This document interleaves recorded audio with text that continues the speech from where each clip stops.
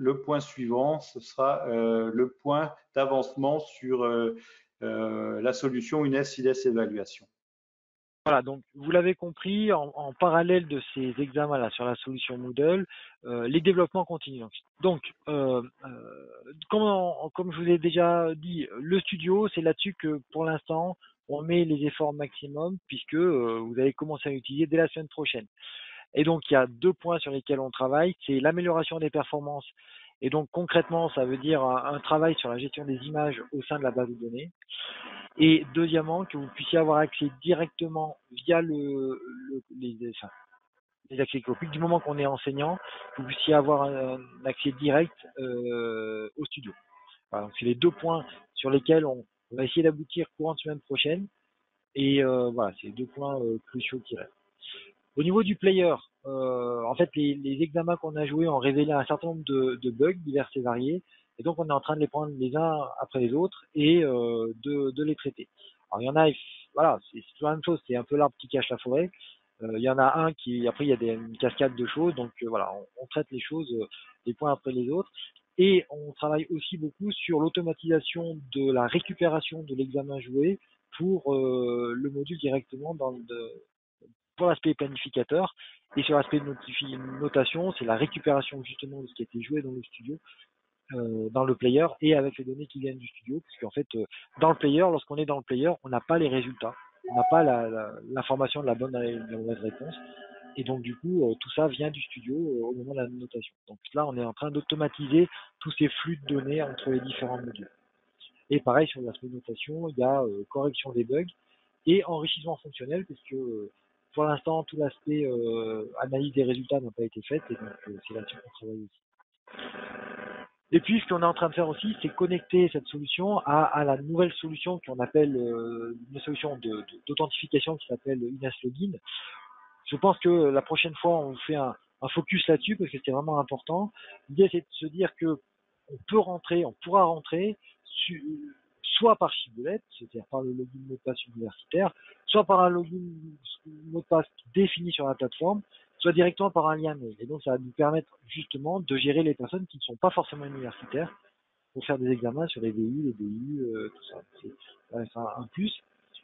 Par rapport aussi de façon très concrète, l'importation, la gestion des promotions et des groupes, il n'y aura plus besoin d'avoir les EPPN dedans. Ça va simplifier la vie aussi au niveau des scolarités.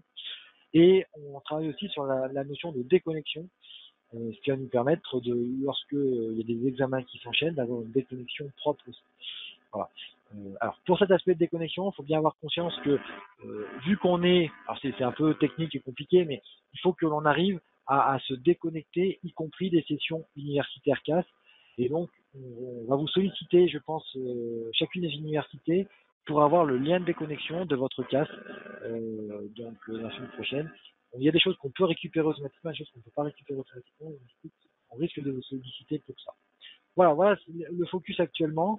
Et on vous fait un point, la prochaine fois qu'on se voit, on fait un point d'état d'avancement pour vous ayez la complète visibilité sur ce qui se passe de notre côté. Il a été décidé de mettre en place un comité de pilotage. Je sais pas si tu veux en dire 2 mots, Olivier.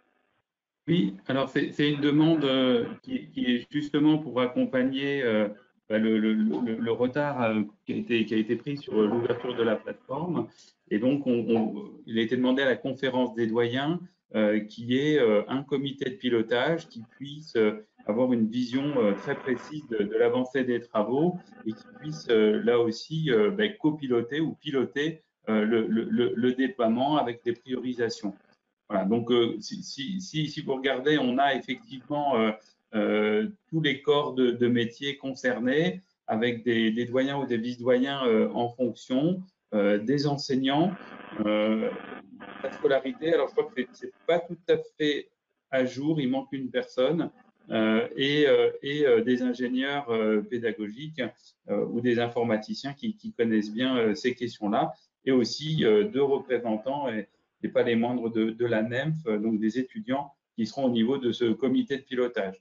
Donc, en termes d'organisation, ce comité sera réuni une fois tous les 15 jours avec un compte rendu et c'est ce comité qui sera consulté sur des éléments de suivi, mais aussi d'arbitrage sur sur la mise en place et le déploiement de la nouvelle solution. Ce qu'il faut comprendre, c'est que ce comité va être central par rapport à toute la suite de l'histoire. La suite de l'histoire, c'est que d'un côté, il va y avoir tout ce qui est le développement technique, les corrections de bugs, etc.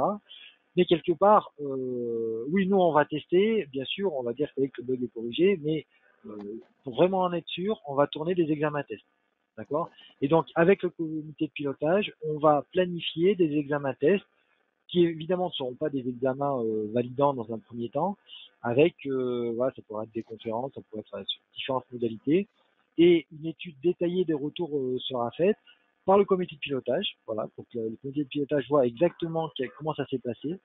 Et en fonction de ça, le COPIL va décider de la prochaine étape et surtout du planning. C'est-à-dire que si la prochaine fois qu'on fait une conférence, ça se passe bien, et ben après on va sans doute complexifier la chose, soit rajouter de la charge, soit voilà, faire tester des situations un petit peu de plus en plus complexes et de plus en plus particulières. Et ça va se faire sous l'égide du comité de pilotage. Et c'est le comité de pilotage, donc vous avez vu, il y a des doyens dedans qui sont en lien direct avec la conférence des doyens. Et l'objectif, c'est que bah, voilà, la communauté dans son ensemble ait la vision globale et détaillée de ce qui se passe et qu'on puisse décider de dire, bah ok, maintenant on a un niveau de confiance suffisant vu les tests qui ont été faits pour déclencher les premiers examens validants. Et lorsqu'on aura fait les premiers examens validants, bah, on pourra dire, ok, moi la faculté bascule complètement, ou la faculté, pour l'instant, on ne bascule pas encore, on attend encore que tel et tel point soit corrigé. Voilà. Donc c'est pour ça que aujourd'hui, on n'affiche pas de calendrier dans l'absolu, sachant que bien sûr, on fait ça au plus vite, mais tout va être soumis à l'arbitrage de ce comité de pilotage, au résultat des tests au fur et à mesure, pas après pas. Et voilà, on va avancer comme ça. C'est pour ça qu'il n'y a pas de planning, de dire à telle date il y aura telle chose, puisque ça va dépendre des retours de tests, des retours d'examen, enfin voilà, de tests en situation réelle. Et c'est comme ça qu'on va faire un pas après l'autre.